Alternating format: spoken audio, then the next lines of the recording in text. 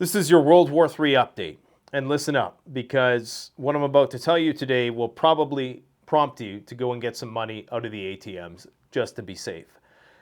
I suspect that they're going to crash the system. It may already, in fact, be starting. In fact, last Friday, I sent out a message on social media that I think they were about to crash the system. And it appears as though BlackRock has pulled the rug on crypto today, which is highly suspicious. They are liquidating crypto positions, and they were a big player in pumping up the price. But that is just a fraction of the information that I have to share with you today. You got the big short, shorting the AI markets. I mean, a market at record highs, sky high, higher than the dot-com bubble, with a much higher debt to GDP ratio. We'll get into all of that in just a moment.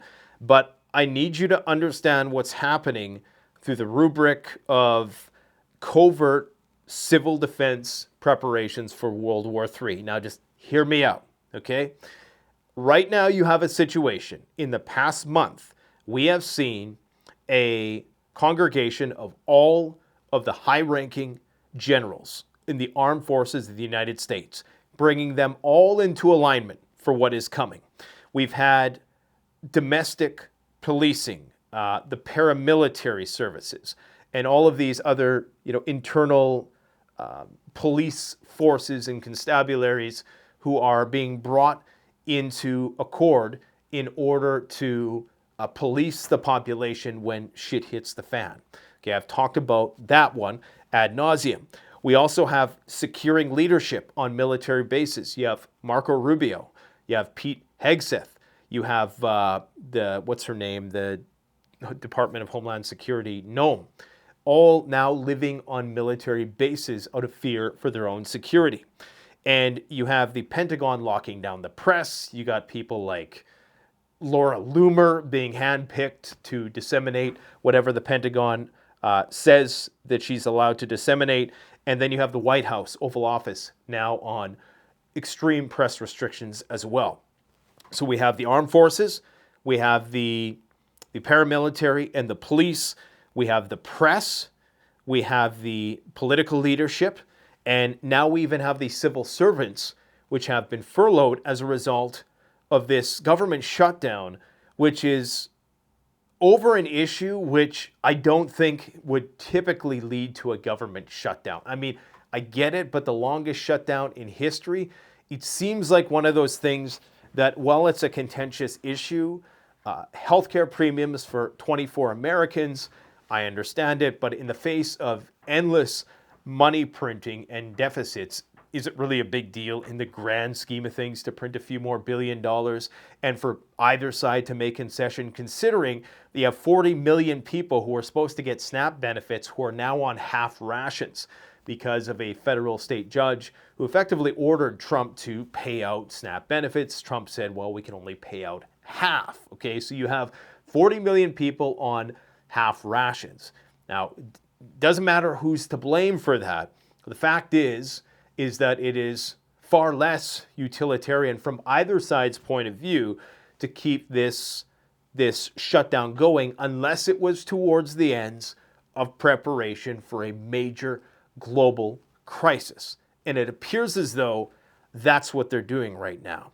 The reason why I'm showing you a video footage of I believe it was in Kentucky, the plane crash with the UPS cargo plane, because just a couple days ago, the transportation minister, I guess you'd call him the secretary in the United States, basically said that because of the fact that they've had to furlough, 3,000 air traffic controllers, that there's going to be many safety concerns. Now, it may turn out that this is mechanical, this isn't related to staffing issues whatsoever or competencies, but it may in fact be the case that that is what they're going to attribute it to, and thus we're going to see restrictions imposed on airspace, which is itself a part of civil defense and emergency preparedness on a nationwide scale. If you really look at where all this is going, you got BlackRock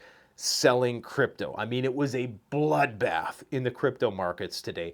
$250 billion vanished And at the time of making this video, it's still sinking. Bitcoin is now under $100,000, losing about 25% off of its highs. Gold is still holding very close to 4,000. It's in and around the $4,000 mark.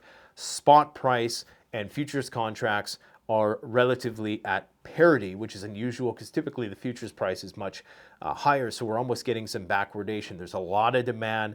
China has basically trying to incentivize people to buy bullion instead of jewelry. They're charging a VAT tax on jewelry now and things of this nature. And you got Michael Burry, the big shorting Palantir and Nvidia to the tune of $1.1 billion. These are big moves. And right now we know, based on numerous metrics, that the market as it currently stands is at record levels of overvaluation. Just for some perspective, okay? Just to remind you of where we're at, because I show this a lot, and oftentimes people try to overcomplicate things. This is really the number one graph that you need to know whether it's risk on or risk off. This was 1929. This was the year 2000. This is where we are right now. Effectively where we were at during the dot-com bubble, but there's a lot of unique irregularities that were not present during the dot-com bubble, okay? This is a graph. This is the Shiller PE ratio, and I believe what it does is it takes the stock price of a company, the ticker price, and it divides it by the average inflation-adjusted earnings over the past 10 years, or something to that effect. It assesses how overvalued the market is as a whole. The dot-com bubble was above and beyond the highest level of market valuation in history, bar none. Even worse than 1929. Only in 1929, people were a lot more leveraged. Now, you have a situation where the debt to GDP ratio is 4 times what it was in the year 2000. We're closing in on 40 trillion in debt in the United States, okay? During the dot-com bubble, debt to GDP was much, much lower. And there's numerous other statistics as well that support the thesis that this market is insanely overvalued. Warren Buffett, the purchasing of treasury bills and cash equivalents is now totaling $380 billion. 180 billion in treasury bills, but 380 billion total in cash and cash equivalents. That's massive. Okay, so this guy's waiting for a massive crash. And if you actually extend this back in time, it's always time to the run up to a major crash. All right. So now that they're in a government shutdown, the actual debt accumulation and the deficit spending is actually skyrocketing despite the increases in tariff revenues, allegedly, okay?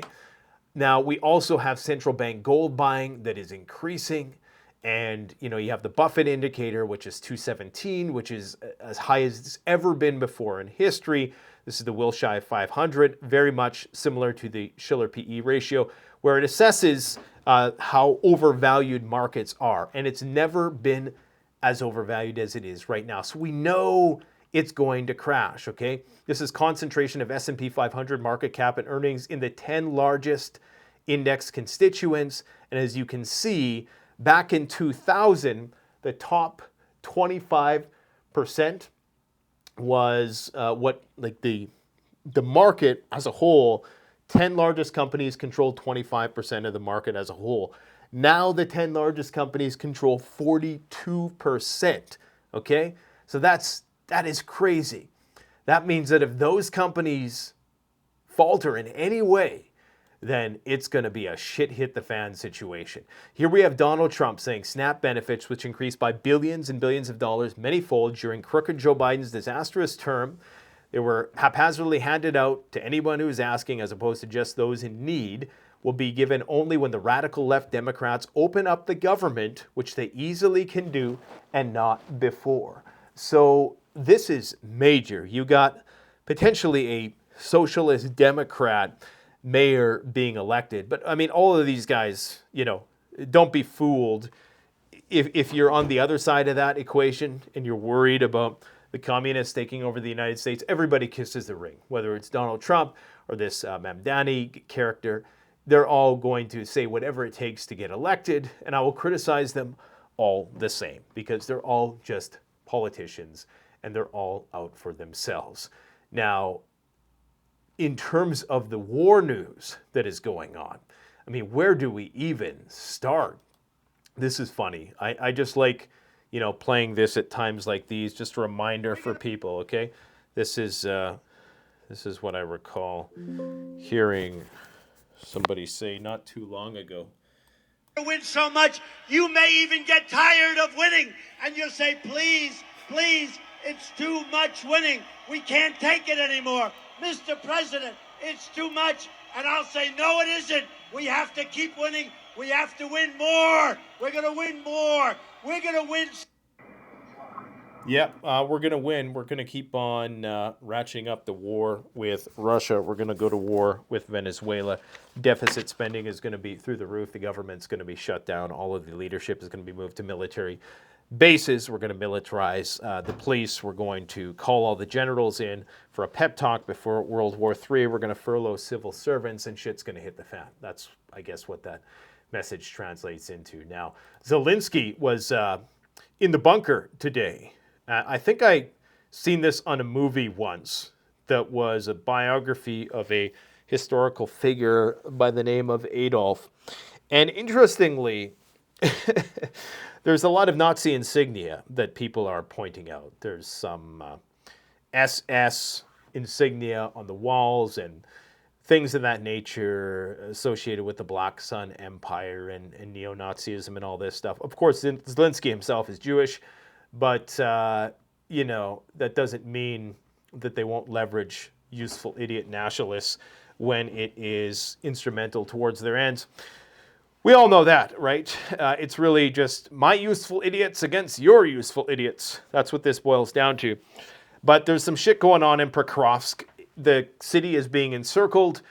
This is viewed as a major linchpin because it potentially gives Russia an advantage if they wanted to potentially move into like the bigger cities like Kharkov.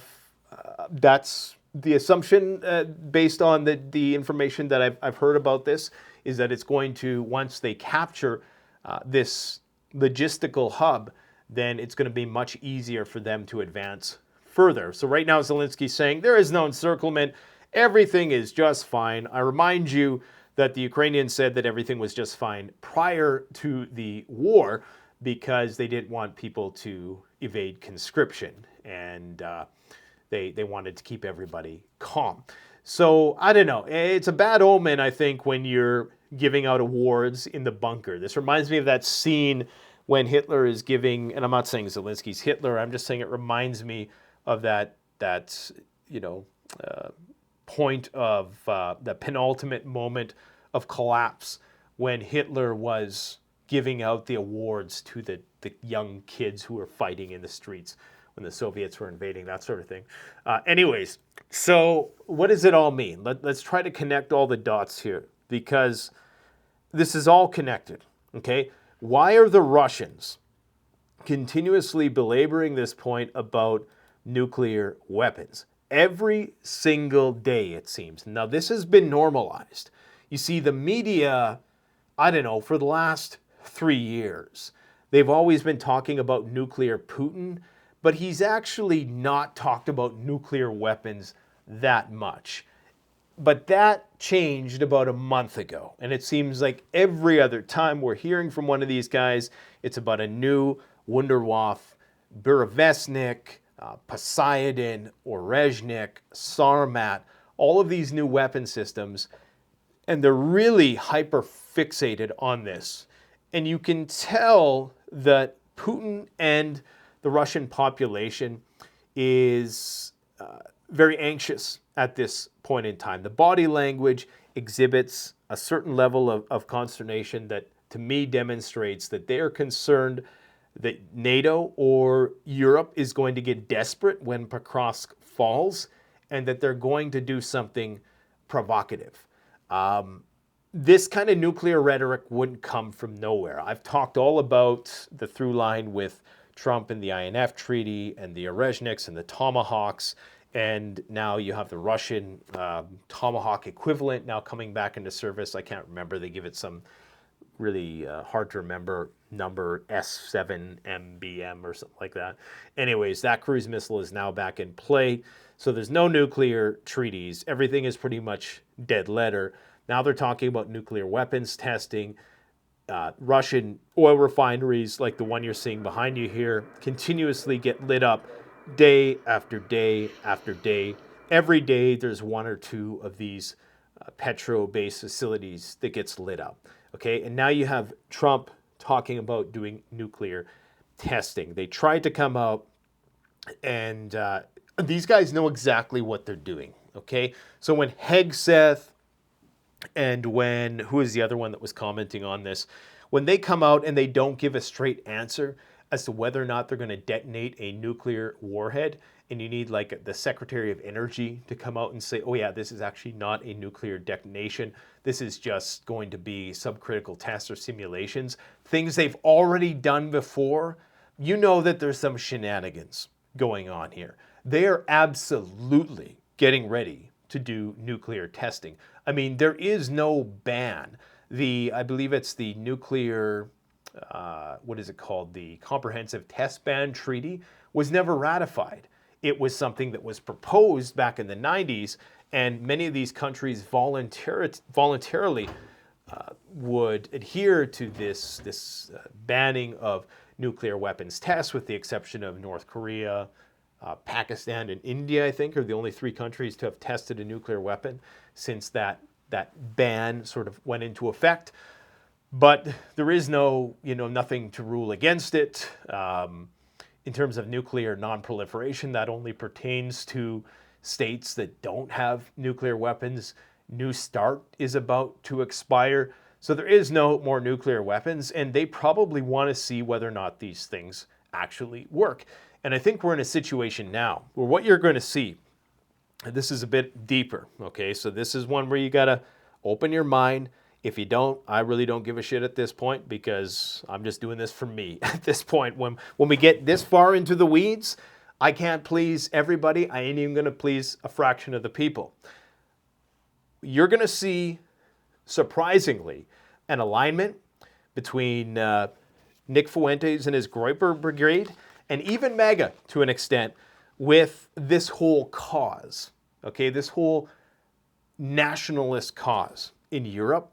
And people are talking about how the AfD in Germany and all of these similar parties that are popping up around Europe that are kind of populist and nationalist, that they're somehow more aligned with the Russians. Listen, Vladimir Putin knows exactly what's about to happen. That nationalist fervor is going to be weaponized against the Slavic people, as it was in World War II. Okay, that's what the outcome is ultimately going to be here. So with that is going to come this whole brouhaha, let's detonate some nukes, and it's going to be a big spectacle, and Donald Trump will be able to sell it to his base, and something that Biden never could have did. It would, honestly, if Biden even suggested that he was sending nuclear submarines near Russia's borders, I mean, people would be freaking out. And this cannot be understated. The psychology of it all is incredible. If Biden made the faintest suggestion that we're going to start doing nuclear weapons testing and send Tomahawk missiles to Russia, people would be in the bunkers, okay? Walmarts, Costco's, everywhere in every red state would be cleaned out. What do you have? The complete opposite. So this just goes to show how easy people are to control and manipulate, which is part of the reason why I prep, because I know that that is going to be weaponized on either side. This going to the other extreme, electing a socialist Democrat, that's probably what they want, okay? So that in 2028, that's when you're going to get the Civil War.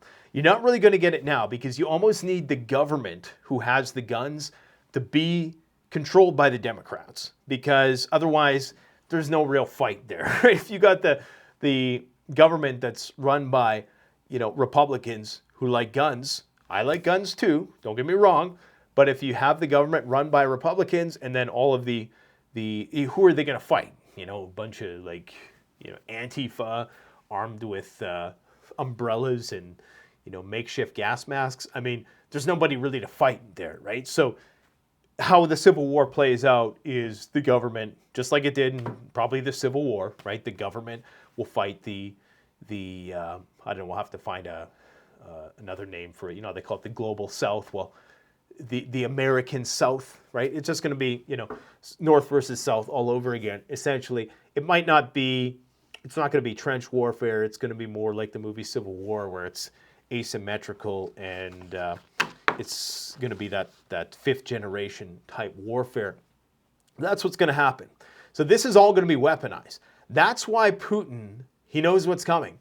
This is why they've introduced ongoing conscription in the country. Not because things are getting better. You wouldn't be doing something like that if you knew that you were about to, win in Pokrovsk.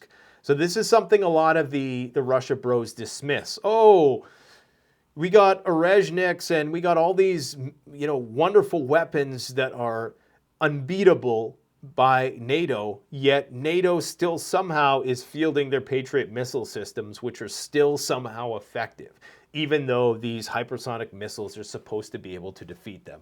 So somebody ain't telling the truth there. The truth is probably in the middle. It's probably that they're just so evenly matched, and because of the sheer quantity, which is a quality of its own, Joseph Stalin, the Russians are winning, just edging out the Ukrainians marginally. But now that you have Europe getting ready to weaponize and mobilize, then all bets are off. So in Belgium, which of course is the home to NATO headquarters, apparently there was a big airport shutdown because of drones. So there is so much stuff happening right now on a daily basis. It is dizzying. It's perplexing. It might as well just be bemusing, because what else is there to do? Now the Canadian military wants mobilization plan to boost reserves to 400,000 personnel. That is massive. I believe we have 28,000 right now. So they're going to get 400,000. You know how they're going to do it? They're going to do it with immigration. Guaranteed. You're fast-tracked to citizenship. Just like in the movie Starship Troopers. I was going to say Stormship Troopers. I was conflating two different movies there. Starship Troopers, service guarantees citizenship. It's going to happen. I told you it was going to happen 2 years ago. This is how they're going to get people in there. And they're going to fill the ranks with immigrants, and if only on paper to flex, right? That's what they're going to do. Right now, there's a big issue going on in Kaliningrad because this oil that is going through there is being prevented from going through Poland. All right, so that's problematic. Or not Poland. What is it? Latvia, I think. Right. So these pipelines that go through from Russia to Kaliningrad. And without that energy, Kaliningrad can't get which is this exclave here, can't meet its energy needs. So that means it would have to, get shadow fleet vessels to bring oil to port here, which would be far more inefficient. So now they're suspending this because of that whole sanctioning against Lukoil and the other country. So this is another potential major flashpoint of hostilities, putting immense amounts of stress on this exclave in an attempt to try to pressure Putin to make some concessions. So it seems like they're pulling out all the stops in terms of waging a massive war on Russia's energy infrastructure, which, like I said, is happening on a daily basis. And even one of these incidents previously would have been deemed something worthy of note, but now it has been so incredibly normalized, which of course means that we've reached a new plateau of escalation. So the next rung of the punctuated escalation ladder involves nuclear testing and the use of new long-range weapons systems. And you better just hope that we don't run out of conventional weapons, because the day we do, that's when desperation kicks in. And that is when, of course, we have a situation where they have no other choice but to resort to the use of non-conventional weapons. And another thing that is worth knowing with respect to this, there's a reason why they need to do this in the United States. And it centers around something Donald Trump has been saying, and it's that China is continuously building out its nuclear arsenal. So you have this tripartite multilateral arms race taking place. When it's just the Russians and just the Americans, you can reach a certain parity and you can come to an agreement. You can put a cap on things. But when you have a situation whereby the Russians and the Chinese have this strategic alliance, although it's not a military pact. You see, I think one of the reasons why the Russians and the Chinese are reluctant to form like an Article 5 mutual defense pact, whereby if one gets attacked, the other comes to their defense, is because were they to do that, that would mean that the United States would have to have an equivalent amount of nuclear weapons to both of them in order to feel comfortable. Or at least NATO as a whole would have to match what Russia and the Chinese had, which is more or less how it is now if you combine, what France has, what the UK has, what Israel has, and what the United States has. It's about the equivalent of what North Korea, the Chinese, and the Russians have, at least on paper. We know that the Chinese have a lot more, most likely, than what they're stating, and that is from some fairly credible sources that I have, that they have a lot more nuclear weapons than they claim they do, and as they probably should. The notion that North Korea can be proliferating nuclear weapons at the rate they are, but the Chinese, who are like 1,000 times more powerful, are going as slow as they say they are, just wouldn't make any sense. So this puts you in this tripartite death spiral of sorts, where it's an arms race, but it's between three. So the United States sees China's and Russia's nuclear arsenal, which is combined maybe, I don't know, let's just say for the sake of simplicity, 10,000 nuclear weapons. Well, we got to up ours from 5,500 to 10,000.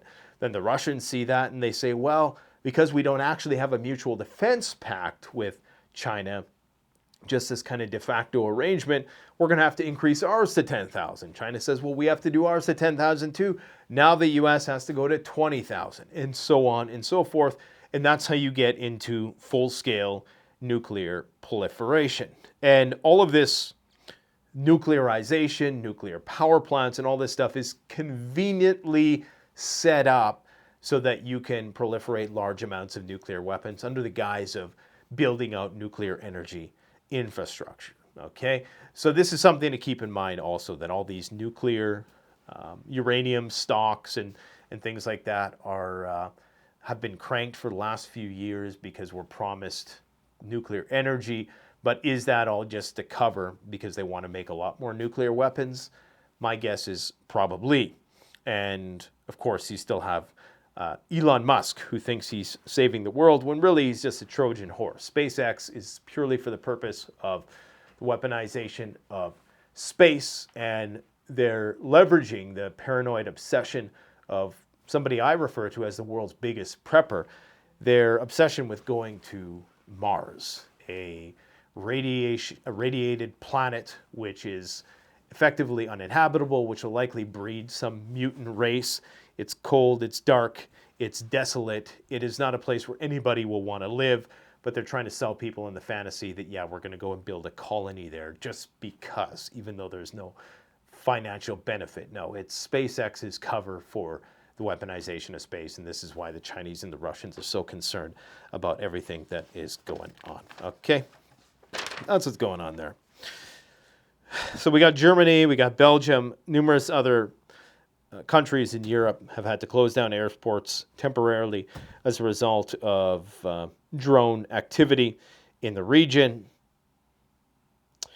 We had a new submarine over the weekend. It's been a while since I've been here, but the Russians, even though they are pushed to the limit with this war, somehow still have the resources to put out new submarines. So they just put out a new nuclear-armed submarine out to sea once again recently with the Poseidon missiles.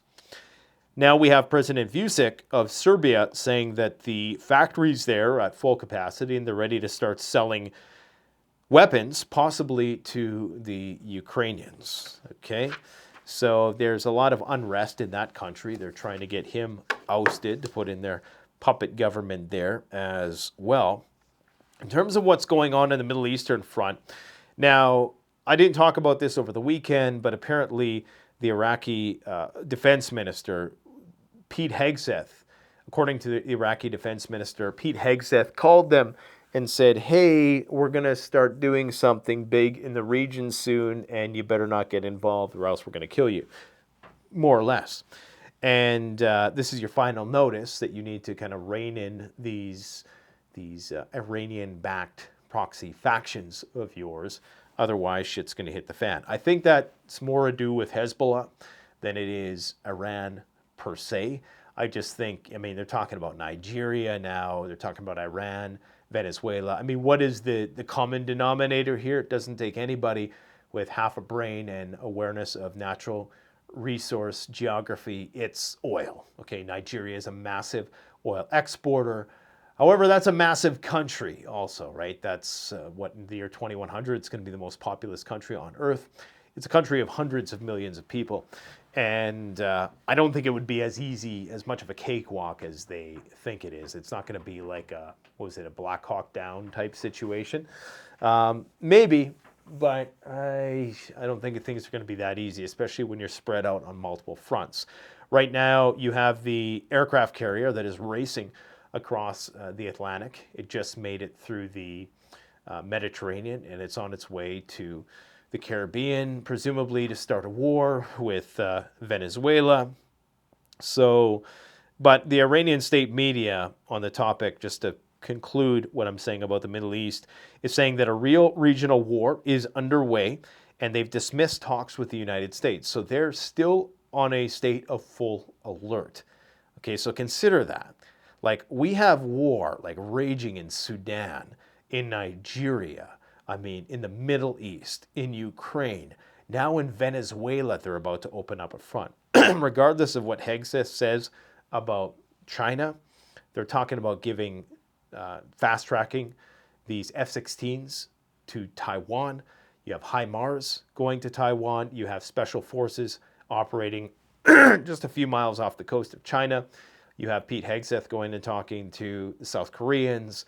You have Trump pledging to arm China's archenemy, the Japanese, with as much weapons as they want. You got nuclear submarines in the region. I mean, there is nothing copacetic about the relationship between the Chinese and the Americans. Okay, not one iota. Maybe they're kicking that can down the road, but the Chinese know if we're giving you, why would we continue to give you rare earth minerals when you're just going to use them to build ammunition to be used against us? That is going to get played out pretty darn soon. What else do we got going on here? In terms of the Russians arming the Venezuelans, I just don't think that's very practical at this point. If they couldn't help out the Iranians, who are a little bit more obstinate and they want to do it themselves, I still think having to go all the way across the world is probably not something that's very practical. Eesh.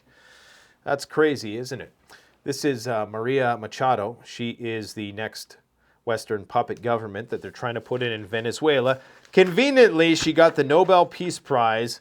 And for some reason, Donald Trump wasn't too pissed off. I think she looks a lot like this guy. She reminds me of David Lynch, Lost Highway. She's like, yeah, just come on in. We'll spread our legs. We'll give you all our resources. We'll sell our country out. She's crazy. I'm not saying that Maduro is a good guy, but every single time they go into a country and they say it's a bad guy, whether it's Gaddafi or Saddam, it always ends in millions of refugees flooding across the border. If anybody thinks it's going to be different, okay? And perhaps this is why they're getting all iced out, because they know that this Venezuela thing, the disruptions it's going to cause, the cross-border migrations that are going to happen as a result of dislocating people, if you do start a big war in South America, if it doesn't go as quickly and as according to plan as they think it is, then the fallout is going to be immense. If that's even what this is about. I'm still not entirely convinced that this isn't just a smokescreen to distribute your forces to the Southern Hemisphere because you think that all-out nuclear war is imminent. That's a possibility. There are claims that the Russians are going to arm the Venezuelans with, an Erosion type system, and we're going to have a Cuban Missile Crisis 2.0. I think they would only do that if they had ironclad backing by the Chinese, because in effect this is a war against the Chinese. They do immense amounts of trade with the Brazilians in particular, which is likely the end target here. You have Trump arming Argentina and propping that guy up with all kinds of weapon systems and whatnot. So they're going to try to encircle them. And of course, this puts a stranglehold on the Chinese, the Panama Canal, and all of that stuff. So they're preparing for a major world war. There's no doubt about that. There's rumors that shit's going to hit the fan, according to Russian channels, in 48 hours. That was 24 hours ago. So we'll see what happens. Anyways, so expect to see more of this. Or it could just turn out to be like the son of the Shah, and she just fades into irrelevance until called on once again. But this is the extent of military buildup, or part of it. You have a lot of firepower being concentrated within the region, by the looks of things. What else is going on? Okay, this was weird. A woman got kicked out of Gold's Gym because this guy, well, he doesn't identify as a guy, but he looks like a man. Okay, he's not Blair White? Going into a woman's washroom, this woman felt uncomfortable, so she called him out on it, and she got kicked out of the gym because she didn't feel comfortable with a man gawking at a bunch of women in the women's locker room. Now, when I was in high school, this is something that me and the boys, we used to, fantasize about, right? The girls' locker room. They've made, countless movies showing that old trope. But this is out of control. I know I'd be incredibly pissed if my daughter was in that locker room and some guy who just so happened to call himself a woman, or think that he is of the feminine psyche, or what have you, decided that it was his right to go in there. And not only that, apparently the guy was gawking at the woman. So sometimes I wonder if these things aren't staged in order to get a response. Because this just seems so outrageous that any guy can go in there, put some lipstick on, or I don't know, wear a couple earrings, whatever is considered effeminate behavior nowadays, and it's perfectly acceptable for them to go into a women's locker room or washroom, and if you criticize them for it, you're considered discriminatory. This is crazy, all right? And this is why, Western society is ending, more or less. That and the methamphetamine and, all the mental psychopharmaceuticals and this, that, and whatever, and just the craziness and the disarmament and the erosion of civil liberties and, the whole 9 yards, right? The Canadian government, for people who are thinking that the government won't confiscate guns because it's going to cost too much, these are the projected deficits deficits. This is just the deficit for every year until 2030. We're talking about what looks to be an average. This year it was $78 billion in a deficit in a country of 40 million people. This is not like the United States. Well, there you guys got trillion-dollar deficits. This is a lot for a country that is 1/10 the size of yours. And if it takes a couple billion to get all the guns and they twist the arms of law enforcement to build their own prison and disarm themselves, because as soon as they turn in that badge, they're going to be another neutered sheep just like the rest of us. And that's a reminder for all my law enforcement viewership out there. You are one of us. And eventually you turn in that badge, or even when you wear that badge, you're still bound by the same, limitations and restrictions. But I think some people think that they're kind of outside of the civilian realm of privileges until you retire and you realize, holy shit, what have I done? That's what thousands, hundreds of thousands of police officers are going to be saying to themselves and their progeny in years to come when they say, Daddy, why can't people have guns? Well, we decided to take them all away, and the rich people convinced us to take them all away from the poor people. And when I say rich and poor, I mean, super rich elites versus the rest of us untouchables. I talked about the Canadian Armed Forces mobilization plan. What else haven't I talked about on the financial meltdown front? Okay, so we're at this government shutdown. It's a record so far, 35 days. It's expected to possibly last mid-November, possibly even through December. I mean, it's crazy. There is a borrowing surge, $17 billion per day. Right now, there's a data blackout, so nobody knows how the economy is doing because the economic data is disrupted, right? This all while asset valuations are at sky-high levels. Nobody knows how the real economy is doing. You got the big short himself, Cassandra, Michael Burry, shorting the AI bubble, all right? So crypto wiped out because BlackRock is selling. BlackRock must know that something big is coming down the pike. Buffett, $380 billion in on T-bills. China has new export restrictions on silver. They're a big manufacturer of solar panels, so that's not surprising. And they're also not taxing bullion. No more value-added tax on bullion, only on jewelry. So they're trying to incentivize people to buy the real thing, where you don't pay high premiums because you pay premiums for jewelry. Now, for a prepper, buying gold jewelry actually makes a lot of sense, because if you needed to barter with somebody and you didn't want to let on that you had a lot of stuff, it's better to take your gold necklace to Barter Town. If you go there with gold coins, that's going to smack of somebody who might be a stacker of some sort. Whereas if you take, and this is something I heard from people who were survivors of the, I can't remember, was it Argentina? One of those South American economic implosions that had happened. And they said that if you ever wanted to barter, you had to do it with jewelry because it drew less attention to you.